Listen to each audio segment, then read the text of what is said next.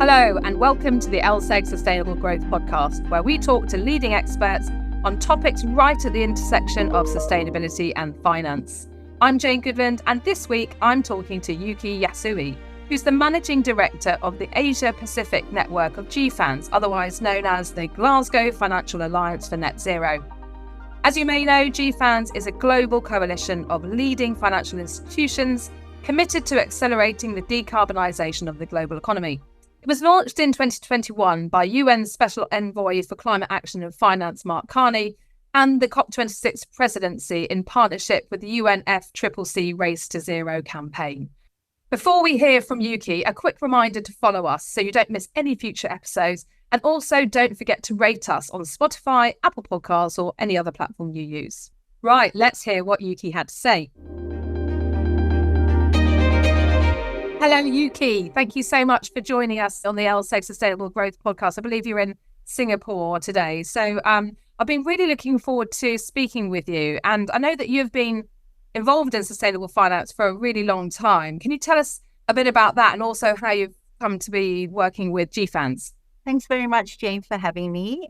So I've been in sustainable finance for over 20 years. So actually it will be my 22nd year now in sustainable finance. So I started at UNEP Finance Initiative in Geneva. So 16 years in Geneva and then 4 years in Bangkok doing the APAC, the Asia Pacific part of the UNEP Finance Initiative. So I joined GFANZ in June 2022. So 1.5 years into this role, which is based in Singapore, as you introduced. So GFANZ has got over 675 members across 50 countries. Tell me about that membership in the Asia Pacific region and what's the participation like there? Yeah, so we've got, as you say, over 675 globally. And in Asia, we are about 65 plus. It's actually concentrated in just a few countries in Asia. So Australia, Japan, Korea, Singapore are probably the main countries where we've got the majority of the market players involved in GFANZ. But, Asia is such a big region and it's got lots of other important countries like China, India, Indonesia. So these are the countries where they're not net zero, the country's not committed to net zero by 2050, but they've got other goals like 2060, but they are nonetheless a really important country in terms of our net zero journey globally. So we look at them as very key priority countries for our engagement, not necessarily to, recruit them, but more to really share our work and try and make sure that the world is not too fragmented and that we have a common approach to net zero. Yeah, and that's really important, isn't it? In terms of, obviously there are going to be country by country differences, but it's really important to keep some degree of consistency and coherence. But as you quite rightly point out, Asia Pacific is incredibly diverse in terms of, the region's huge with so much difference and variation of countries across that part of the world that it must be quite difficult in some respects for you to engage with all parts of the region. So you've definitely got your work cut out for you. So tell me about your work. You obviously it's quite early days. The Asia Pacific Network only launched in June 2022, but how are you thinking about your work programs? How do you organize yourself? So right now, globally, we kind of explain our role as GFANZ in trying to support the solutions around 3 gaps that the finance sector faces. They are data gaps, action gaps, and investment gaps. So we do that at the APAC level as well at the network. So the data gap is basically that, as you know, and probably all the listeners know, we are faced with a lot of information gap around net zero, starting from basic information like what is your client's scope 1, 2, 3, and scope 3 being, the most difficult to find. So data gap, we try and solve this by supporting more of the disclosure activities like, ISSB, TCFD, but also increasingly we think that net zero transition plans are really important in filling that information gap and data gap for financial institutions. And we encourage net zero transition planning across all stakeholders. So we'll start from governments, having a government to do a country energy transition plan, and the net zero transition plan would really be super useful for corporates to do their own net zero transition plan, and then for financial institutions who rely on the corporates and the government's transition plan to do their own. So we're doing a lot around promoting the importance of net zero transition planning and promoting the GFANZ framework around net zero transition plan. So that's like a data gap. Then there is the action gap. So this is where we do a lot of the outreach activities into Southeast Asia countries, but also increasingly to China. And we want to start our India outreach this year as well. So this is really to make sure that we have the ambition and then, more importantly, the actual implementation of their ambition and commitments to work together and to work individually around the net zero journey. So that's the action gap. And then lastly, just the investment gap. So investment kind of is the natural actual implementation of that action when it comes to financial institutions.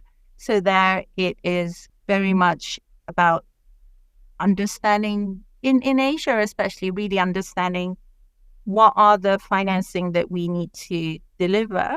I mean, everyone knows that there's a huge gap, investment gap across the net zero journey. But in Asia, I think there are two big gaps. One is making sure that there is enough money that goes towards emerging markets and developing economies. And secondly, that we need to make sure that enough money is going into the transition from the brown to the green transition. So, it's all very well to try and pump in money towards the green stuff, the green projects and green companies. But if you don't support the brown companies and the brown economy to transition, we'll never get to net zero.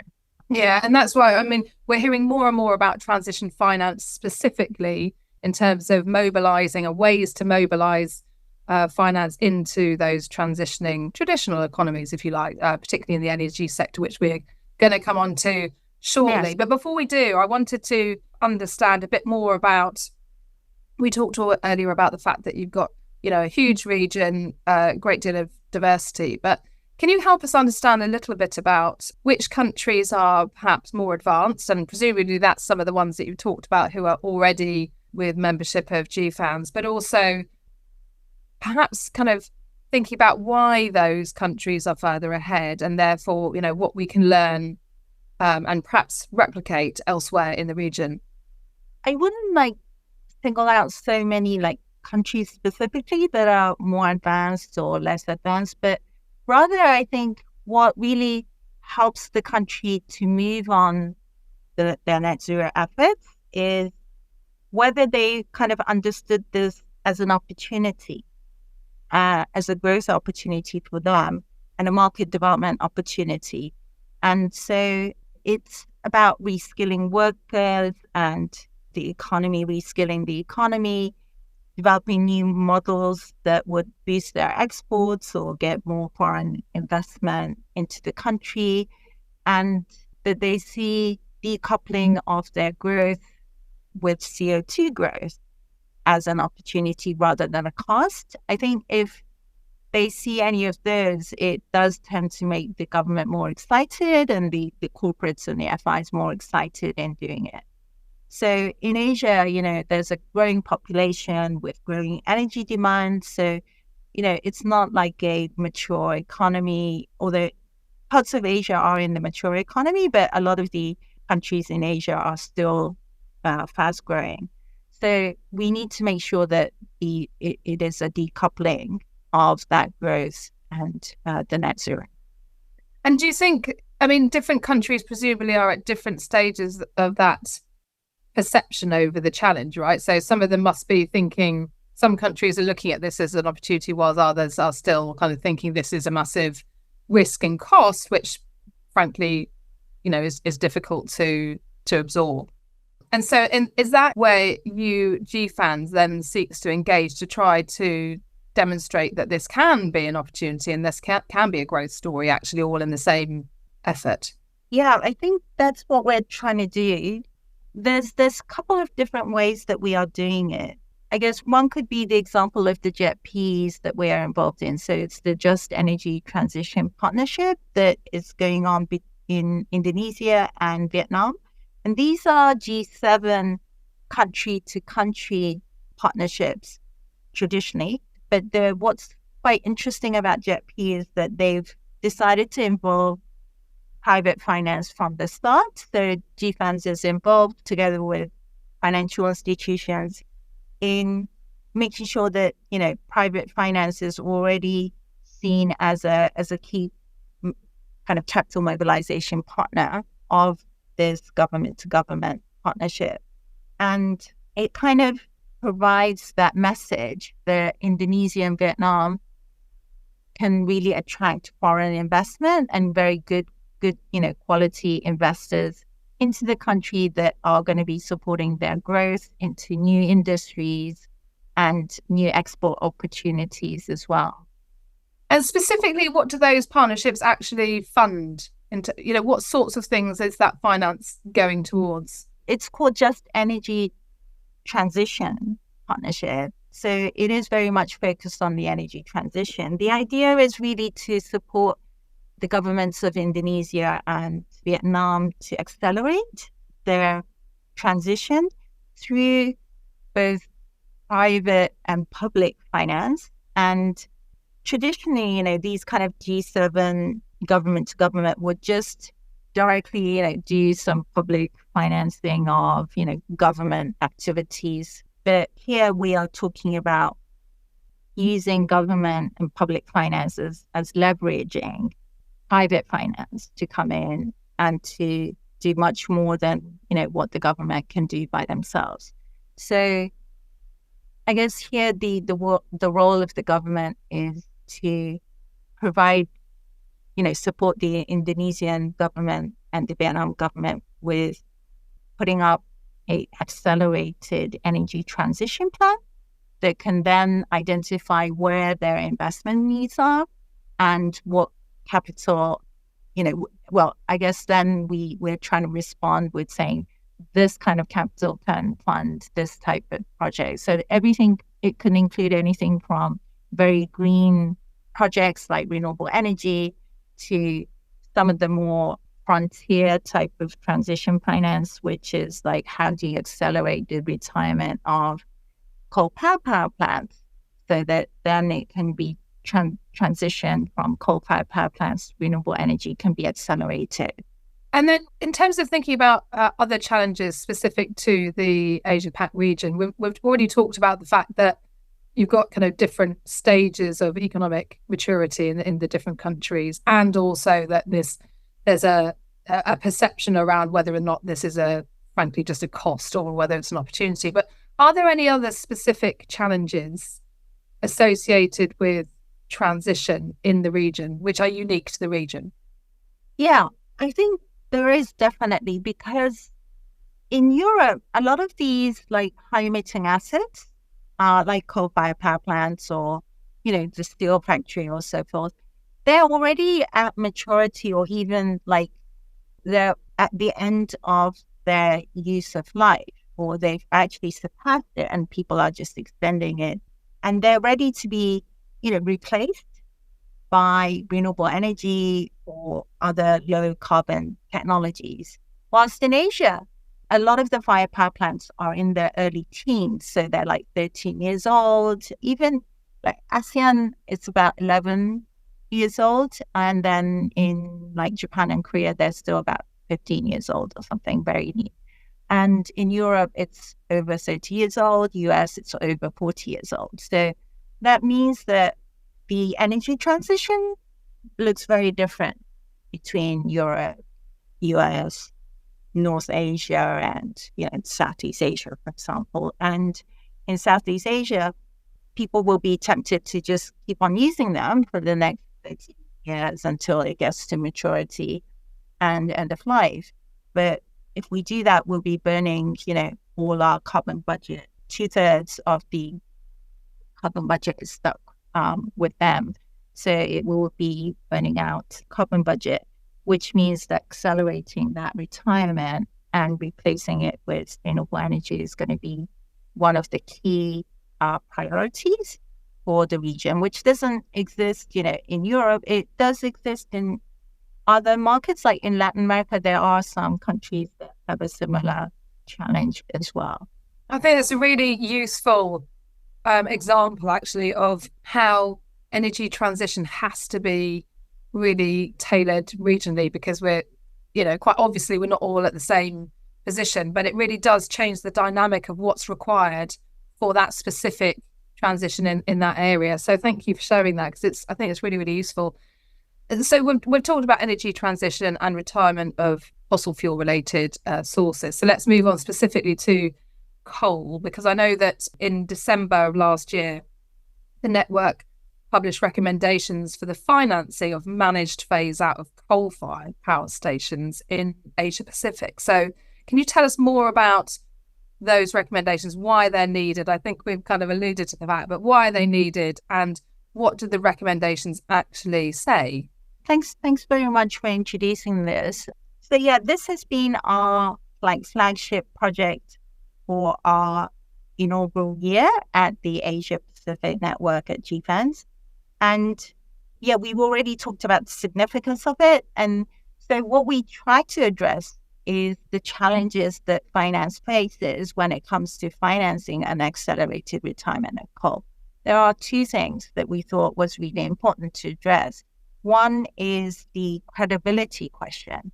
So what is a bit difficult about financing brown stuff to go green, as it were, is credibility is one of the first things that people have a challenge with. Because if you're starting from something that is green, you know that it won't have any carbon activities involved. So you're fairly safe on that aspect.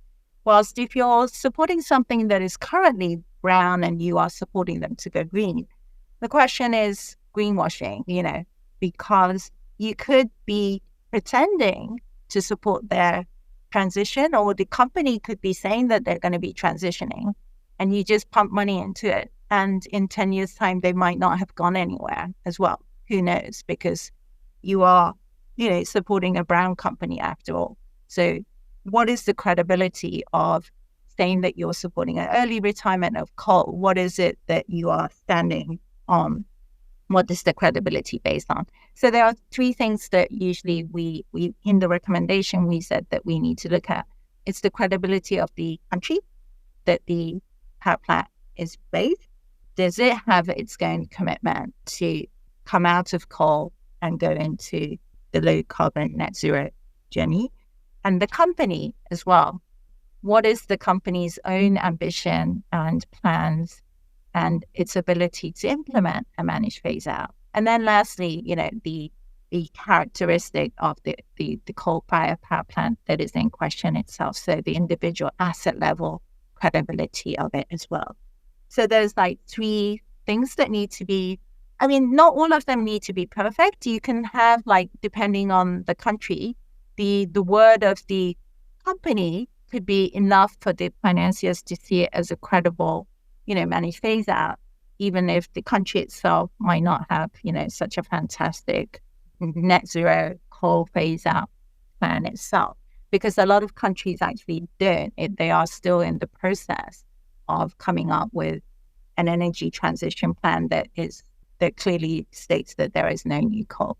I can understand the complexity, because let's say, for example, you might be providing transition finance to a particular company and some of their assets to finance transition. But if the government just moves that coal production elsewhere or creates the possibility of another power station fired by coal, then the net gain, if you like, is not really where we're trying to achieve. So that's why you need the kind of country and company level consistency, right?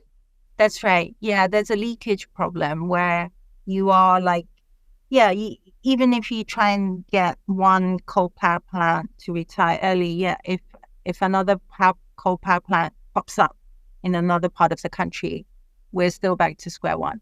So yeah. That's the problem.